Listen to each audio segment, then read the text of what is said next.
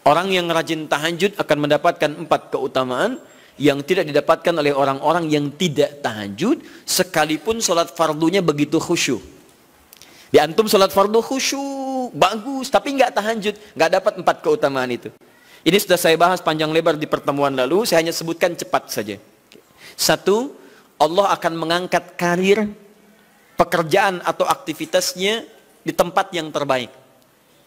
Ya, jadi kalau antum misalnya pengusaha atau orang karir di kantor dan sebagainya, itu akan cenderung kemudian ditolong oleh Allah, diangkat ke tempat yang terbaik. Terbaik itu tidak harus puncak yang paling tinggi, direktur, tidak misalnya.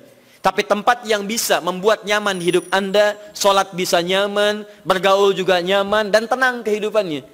Mungkin level Anda nggak sampai puncak ya direktur utama, mungkin direktur 1, 2 gitu ya.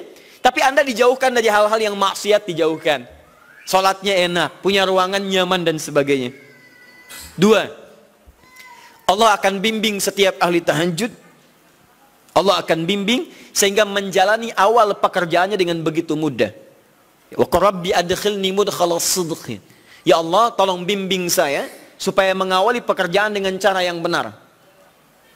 3, awas hati-hati. Anda memang posisi tinggi, sekarang dapat proyek. Apakah setiap yang dapat proyek menjalani pekerjaannya dengan benar? Belum tentu. Jangan tinggi-tinggi lah. Maaf ya, apakah orang tua yang sekarang menyekolahkan anaknya ke tempat belajar menjalani awalnya dengan benar? Hati-hati ya Bu ya, Pak. Bapak Ibu menyekolahkan anak dengan awal yang salah, maka memberikan jalan keburukan ketika dia belajar.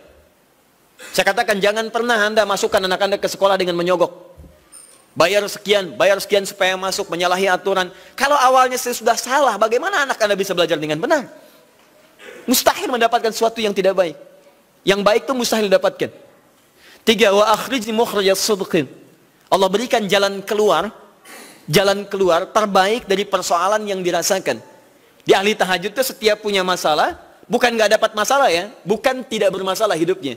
Dia mendapat ujian juga. Cuman sebelum diuji, diringankan masalahnya.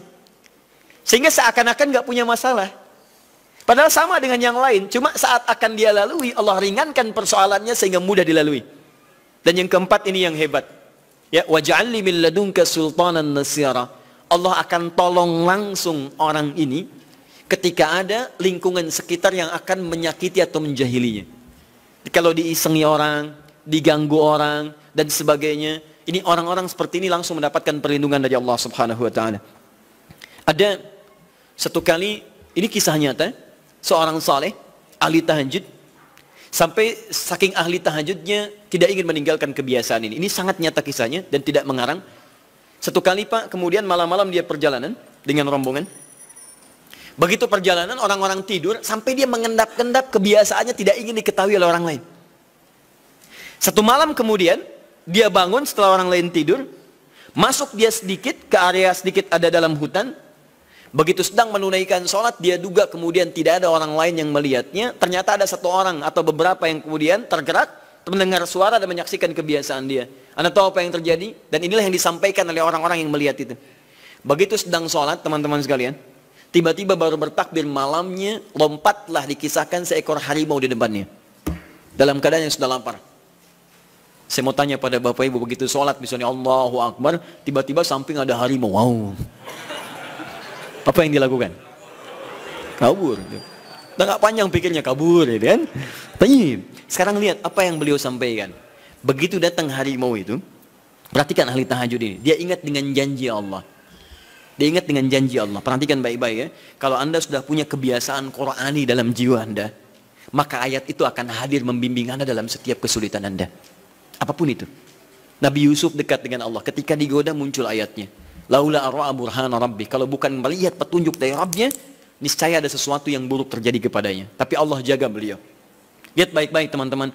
Begitu melompat harimau itu, kemudian dia katakan dalam jiwanya. Lihat kalimatnya. Ya khalqallah. Hei makhluk Allah. Dia tidak katakan ya namar, hei harimau, tidak. Kalau disebutkan harimaunya, menunjuk pada zatnya. Tapi dia lekatkan makhluk ini kepada penciptanya. Hei makhluk Allah. Ya khalqallah, hei makhluk Allah. Jika saya memang rizki yang telah Allah tetapkan untukmu pada saat ini, maka saya ridho untuk engkau makan, silakan. Tidak ada masalah. kalau Allah tetapkan saya sebagai rizki untukmu pada saat ini, silahkan. Tapi kalau saya bukan menjadi rizki yang telah Allah tetapkan untukmu pada saat ini, maka jangan coba-coba ganggu ibadahku hari ini. Lihat kalimatnya, bukan jangan makan aku. Ingat, bukan jangan makan aku. Jangan coba-coba ganggu ibadahku saat ini, atau aku akan mohonkan pada Allah penciptamu untuk menghancurkan engkau saat ini juga. Perhatikan, dia minta jangan ganggu tahajudnya, bukan jangan makan dirinya. Apa yang terjadi ketika dikaitkan dengan ayat perlindungan tentang tahajudnya, maka tiba-tiba harimau ini pergi meninggalkannya, mengaum sekali langsung pergi. Anda bisa bayangkan, bisa nggak malam-malam begitu Anda sholat, tiba-tiba ada nyamuk misalnya, kan banyak tuh. Begitu Anda mulai disengat oleh nyamuk, diambil, Anda katakan, hei nyamuk, kalau ini memang rizki yang telah Allah tetapkan untukmu saat ini, sedot sebanyak-banyaknya, saya ikhlas.